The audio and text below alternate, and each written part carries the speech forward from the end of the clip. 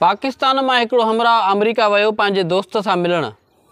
जॾहिं उन दोस्त वटि पहुतो त उन पंहिंजे दोस्त जा ज़बरदस्त बंगला, गाॾियूं, घर ऐं स्टैंडर्ड ॾिठो।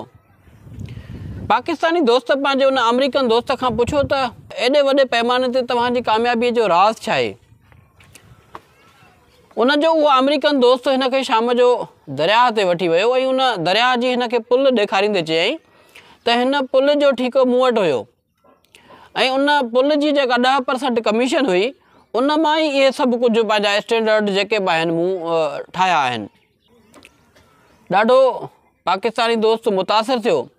कुझु अरसे खां पोइ उहो अमेरिकन दोस्त उन पाकिस्तानीअ वटि आयो ऐं जॾहिं उन पाकिस्तानीअ जा उहे बंगला, गाॾियूं ऐं वॾो हिकिड़ो प्रोटोकॉल स्टैंडर्ड ॾिठईं त अञा वधीक पाण खां वधीक हैरान थियो ऐं मुतासिर थियो। पंहिंजे उन दोस्त खां पुछियईं त तुंहिंजी कामयाबी जो राज़ छा आहे? हीअ एॾी वॾी मिल्कियत तो किथां आंदी आहे? उन पाकिस्तानी दोस्त उन खे चयो, पंहिंजे दोस्त अमेरिकन खे, त वो साम्हूं जेको दरिया आहे हिन ते पुल ॾिसी थो? अमेरिकन चयो त न।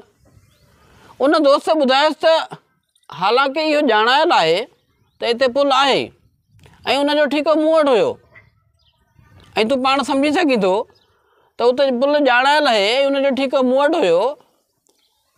इहो ई सबबु आहे मुंहिंजी कामयाबीअ जो, इहो ई राज़ आहे मुंहिंजी इन ज़बरदस्त कामयाबीअ जो अॼु मां पंहिंजी ऐश अशरत सां ऐं हिकिड़ी हाई लेवल स्टैंडर्डाइज़्ड ज़िंदगी गुज़ारे रहियो आहियां।